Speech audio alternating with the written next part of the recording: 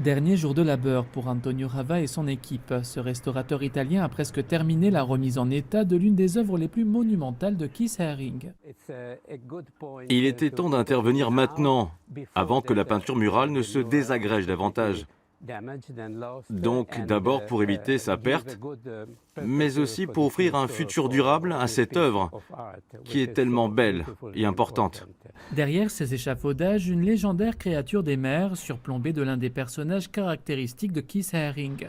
Grande de 12 mètres sur 15, imposante ligne blanche, en mars 86, il aura fallu à peine une journée à l'artiste américain pour venir à bout de cette œuvre sur le mur de ce qui était alors le dépôt du Stedelijk Museum. Antonio Rava et ses collègues ont mis 2 mois à la restaurer. Nous nous trouvons ici au centre de la peinture murale. Ici, vous avez l'une des 2 figures principales qui, en fait, représente d'une certaine façon Keith Haring lui-même. Et vous voyez cette croix, il s'en sert toujours pour dire quelque chose. En l'occurrence, elle se trouve au niveau de son cœur. Cela veut dire qu'il donne cette peinture à la ville d'Amsterdam de tout son cœur. Amsterdam se montrera pourtant bien ingrate.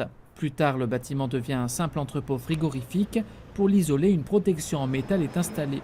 Elle cache l'œuvre pendant 25 ans. En 2018, elle est finalement retirée sous la pression de fans, comme le journaliste Chris Reinewald. Seules les personnes qui avaient vu la peinture à l'époque pouvaient s'en souvenir. Elle est restée visible environ 9 ans. Mais la jeune génération voulait, elle aussi, la voir. Cette œuvre est un cadeau à la ville d'Amsterdam. C'était donc bizarre de la laisser emballer et de ne pas pouvoir l'ouvrir. Lors de son passage à Amsterdam en 86, Chris Reinewald a pu discuter avec Keith Haring. Une rencontre qui l'a marqué à jamais.